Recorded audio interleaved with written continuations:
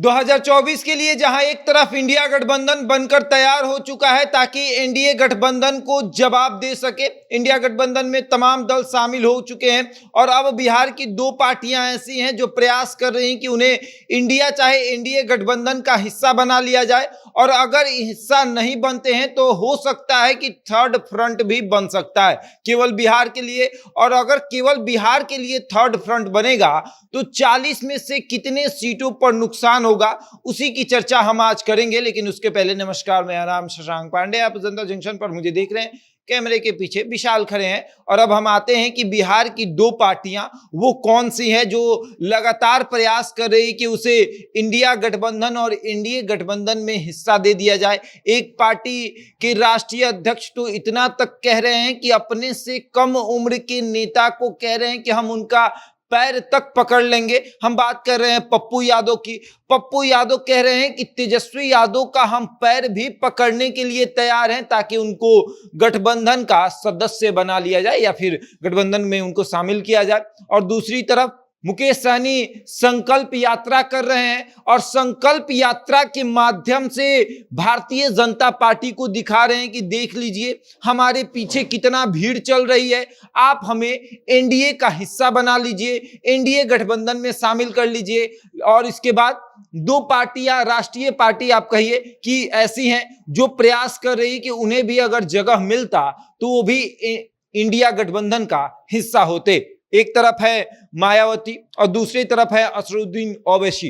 ये चाहते हैं कि इन्हें भी गठबंधन का हिस्सा बनाया जाए। ये भी अगर गठबंधन का हिस्सा होते तब बिहार में इंडिया को ज्यादा फायदा होता। और जो नाम हम आपको बता रहे हैं उसमें से सबसे ज्यादा नुकसान इंडिया गठबंधन का ही होगा। इसलिए हम आपको विस्तार से ये समझाएंगे कि किस तरीके से सबसे ज्यादा नुकसान तेजस्वी और नीतीश कुमार को होगा। सबसे पहला नाम है पप्पू यादव का। पप्पू यादव जाति से यादव हैं और यादव वोटर किसके हैं? यादव वोटर राजद के हैं, यादव वोटर इंडिया गठबंधन के हैं। और अगर पप्पू यादव तीसरे फ्रंट में शामिल होकर चुनाव लड़ते हैं तो नुकसान किसको होगा? इंडिया गठबंधन को होगा। और पप्पू यादव सबसे ज्यादा नुकसान अगर कहीं पहुंचाएंगे तो सीमांचल के उन 4 सीटों पर पहुंचाएंगे जो कि पूर्णिया, अररिया, किशनगंज, कटिहार है। इन चारों सीटों पर पप्पू यादव नुकसान पहुंचाएंगे क्योंकि सीमांचल के इलाके में इनकी थोड़ी तूती जो है वो बोली जाती है, इनकी दावेदारी वहां पर मजबूत है सीमांचल इलाके में।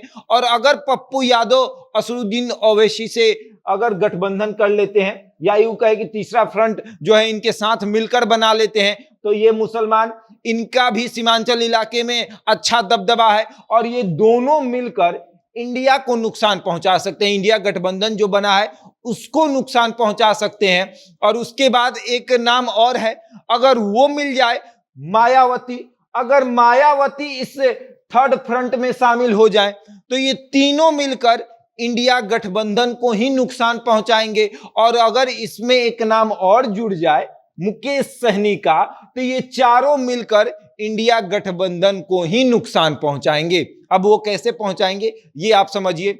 यादव किसके वोटर हैं? राजद के।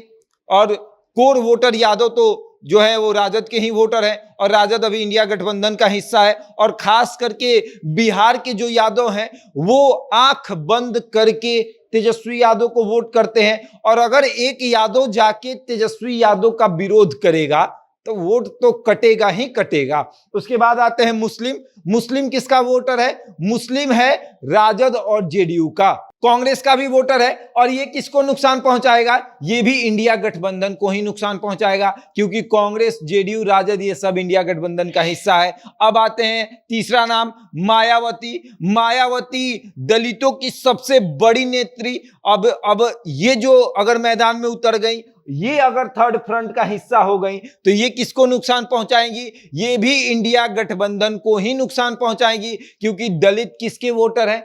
दलित जो है वो राजद, जेडीयू, कांग्रेस, भाकपा माले, मतलब थोड़े बहुत सभी के हैं। और वो किसके पाले में अभी? वो अभी है इंडिया गठबंधन के। हालांकि अगर बिहार में देखा जाए तो जीतन राम मांझी और जो चिराग पासवान है ये भी दावा करते हैं कि दलित उनके वोटर हैं, लेकिन अगर देखा जाए तो राजद का इस पर ज्यादा कब्जा रहता है, राजद इस पर ज्यादा राज करता है, तो नुकसान इंडिया गठबंधन को होगा। थोड़ा बहुत जो है वो आपको एनडीए को हो सकता है। अब आते हैं चौथा नाम मुकेश सहनी का। मुकेश सहनी जो है वो है आपको मल्ला, और मल्ला अभी देखा जाए तो मुकेश सहनी के साथ चल रहा है, भाजपा के साथ चल रहा है। तो अगर मुकेश सहनी इस तीसरे फ्रंट में शामिल होते हैं तो भाजपा को नुकसान होगा, और भाजपा को नुकसान मतलब कि एनडीए को नुकसान, इंडिया को नुकसान नहीं होगा, एनडीए को नुकसान होगा। लेकिन मुकेश सहनी उतना नुकसान नहीं पहुंचा पाएंगे भाजपा को जितना कि इंडिया गठबंधन को मायावती, असदुद्दीन ओवैसी और उसके बाद आपको पप्पू यादव, ये तीनों मिलकर पहुंचाएंगे। और पप्पू यादव तो लगातार कहते हैं कि हम 5 से 7 सीटों पर नुकसान पहुंचा सकते हैं। 4 सीटों तो हमने आपको बताया, पूर्णिया, अररिया, किशनगंज, कटिहार, और 1 सीट मधेपुरा भी है जहां से ये सांसद रह चुके हैं, तो वहां भी ये जो है कि नुकसान पहुंचा सकते हैं। इनका सुपौल में भी अच्छा खासा दबदबा है, वहां भी ये नुकसान पहुंचा सकते हैं। अब आते हैं मुकेश सहनी के, कि मुकेश सहनी किन किन सीटों पर नुकसान पहुंचा सकते हैं। मुकेश सहनी मुजफ्फरपुर, मधुबनी, झंझारपुर, बेतिया, आरा, इन सीटों पर मुकेश सहनी भी नुकसान पहुंचा सकते हैं। और अगर ये तीनों मिल जाते हैं तो लगभग 40 में से 10 सीटों पर नुकसान पहुंचा सकते हैं। 10 सीटों पर इधर से हेर से फेर कर सकते हैं, 10 सीटों पर ये बता सकते हैं कि यहां से कौन हो सकता है, क्योंकि ये तो अगर इनका उम्मीदवार जीता नहीं तो किसी को हरा तो जरूर सकता है। अगर इनके उम्मीदवार ने किसी का 1 लाख वोट काट दिया तब क्या होगा, वो तो हार जाएगा। अगर इनके उम्मीदवार ने मान के चलिए 10,000 भी वोट किसी का काट दिया तो 10,000 वोट से हार जाएगा। और पप्पू यादव का यादवों के साथ साथ और भी जातियों में पकड़ अच्छी है। आप आइए, असदुद्दीन ओवैसी, इनका मुसलमानों में पकड़ अच्छा है। अगर पकड़ अच्छा नहीं रहता तो सीमांचल के इलाके में इनके 5 विधायक नहीं जीतते।